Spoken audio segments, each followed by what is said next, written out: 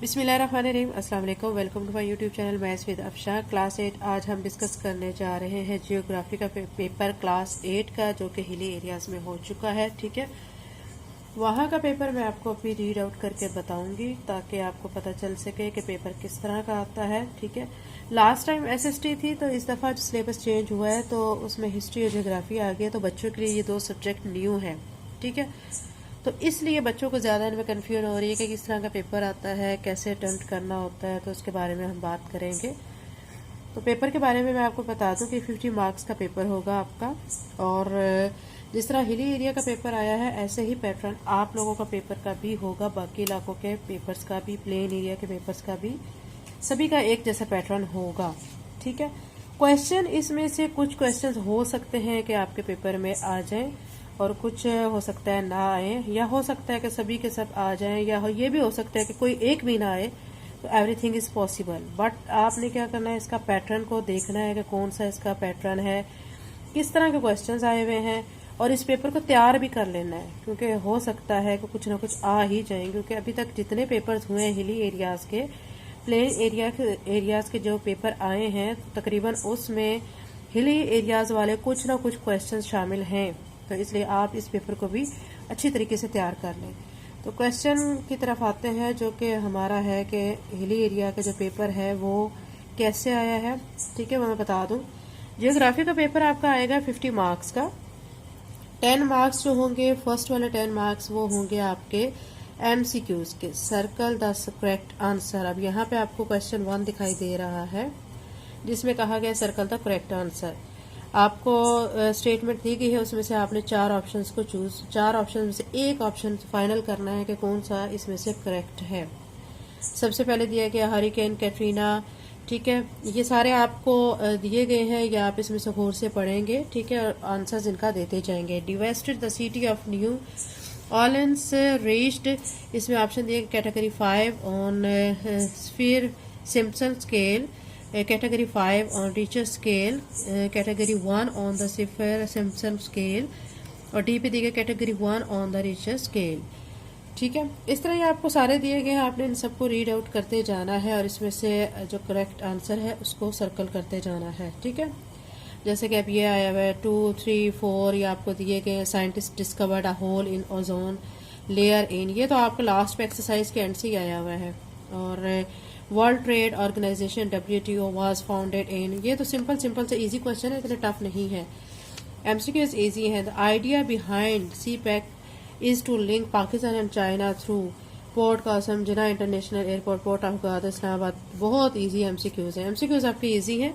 ठीक है, 10 एमसीक्यूज है, आप अच्छी तरह गौर से इनको देख लें और फिर आपने इनको सॉल्व भी कर लेना है और इनको प्रिपेयर भी कर लेना है। ठीक है, ये आपको नज़र आ रहे होंगे, मैं ये आहिस्ता आहिस्ता पेपर ऊपर कर रही हूँ ताकि आपको इजीली ये नज़र आ सके। तो ये 10 के 10 एमसीक्यूज मैंने आपको दिखा दिए। ठीक है, ये 10 एमसीक्यूज आपने अच्छी तरह से तैयार कर लेने हैं, क्योंकि इनमें से हो सकता है कुछ एमसीक्यूज आपके प्लेन एरिया के पेपर में आ जाएं, या जो दूसरे जो बच्चे हैं जिनके पेपर्स अभी रहते हैं होने वाले, ठीक है, तो उनके पेपर्स के लिए भी बेस्ट है। ये तो आपके थे सर्कल द करेक्ट आंसर, जो कि 10 मार्क्स के आपके होंगे एमसीक्यूज। उसके बाद अब आप आ जाए सेक्शन बी की तरफ। सेक्शन बी में आपको ये देखें, मैं आपको दिखा रही हूँ। इसमें आपने अटेम्प्ट यानी 8 क्वेश्चंस, आपने 8 क्वेश्चंस अटेम्प्ट करने हैं फ्रॉम सेक्शन बी। ये सेक्शन बी है। ईच क्वेश्चन कैरीज 3 मार्क्स, हर क्वेश्चन जो है उसके 3 मार्क्स हैं।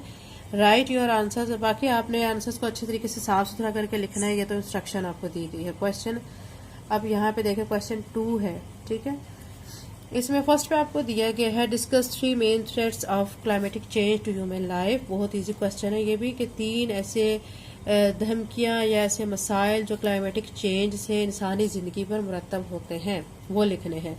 सेकंड पे देगा state 3 consequence of global warming, global warming के 3 कंसीक्वेंस आपने राइट डाउन करने हैं। थर्ड पे दिया गया define pollution and it's type, इसमें आपने पोल्यूशन की डेफिनेशन लिखनी है और इसकी टाइप्स लिखनी है, जो कि जैसे कि लैंड पोल्यूशन होगी, वाटर पोल्यूशन होगी, एयर पोल्यूशन होगी, ये सारी टाइप्स वगैरह इसमें आपने लिख देनी है। 4 पे how does air pollution adversely impact the environment, हवाई आलूदगी, एयर पोल्यूशन कैसे हमारे एनवायरनमेंट को असर उस पर करती है, ये इसके बारे में आपने बताना है। 5th पे देखें, describe the significant role of cottage industry in the lives of people of Pakistan. Pakistan में रहने वाले लोगों की जिंदगी में कॉटेज इंडस्ट्री की क्या अहमियत है, ये आपने इसका आंसर देना है।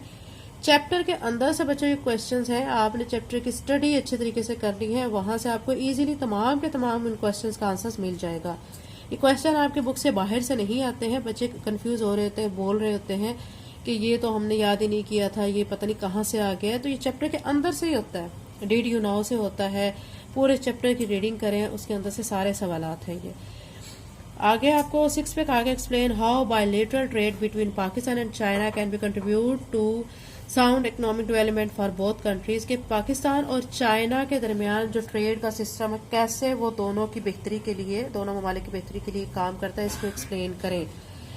7 पे दिया गया, identify any 3 forms of modern transportation and briefly describe their characteristics.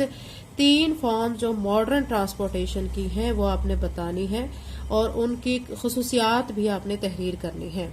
ठीक है। Identify 3 major modes of transportation and trade routes in Pakistan.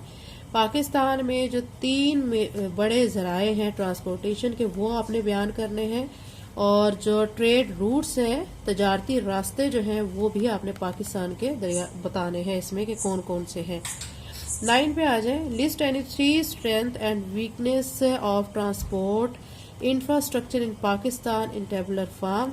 Pakistan में जो है 3 इसकी मजबूत और 3 इसके जो वीक पॉइंट हैं ट्रांसपोर्ट इंफ्रास्ट्रक्चर के, वो आपने बताने हैं।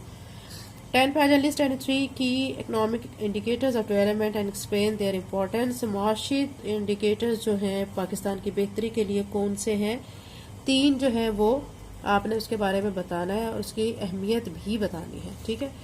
अब नेक्स्ट पे आ जाए, evaluate the impact of technology on the development of the country considering its influence on various sectors and aspects of society। कह रहे हैं कि आपने टेक्नोलॉजी की जो उसके असरात हैं मुल्क की बेहतरी के ऊपर, वो डिस्कस करने हैं और उनके क्या असरात होते हैं, कि कैसे वो माशरे पर असरअंदाज होते हैं, उसके बारे में बताना है। ठीक है। चैप्टर्स की स्टडी करें बच्चों, चैप्टर्स की स्टडी करें, पूरी बुक को आप अंदर से रीड आउट करें, हर चैप्टर को डीपली स्टडी करें, तो आप आसानी से इनके आंसर्स दे सकते हैं। जो बच्चे जस्ट क्वेश्चन कर लेते हैं ना, जो चैप्टर के एंड पे होते हैं, 4-5 शॉर्ट क्वेश्चन होते हैं, 3-4 लॉन्ग क्वेश्चन होते हैं, उसमें से भी आता है लेकिन बहुत कम आता है। मेजॉरिटी पेपर आपका स्टडी करने से, जो आपकी रीडिंग है वहां से आता है। रीडिंग आप करेंगे तो आप मेजॉरिटी पेपर को सॉल्व कर सकते हैं। सेक्शन सी की तरफ आ जाए। सेक्शन सी में जो आपको दिए जाएंगे 16 मार्क्स, 16 मार्क्स में आपने क्या करना है कि 2 क्वेश्चंस अटेम्प्ट करने हैं, हर क्वेश्चन के 8 मार्क्स होंगे। टोटल आपको दिए जाएंगे 3 क्वेश्चंस, 2 क्वेश्चंस आपने करने होंगे और 1 क्वेश्चन की आपको चॉइस होगी।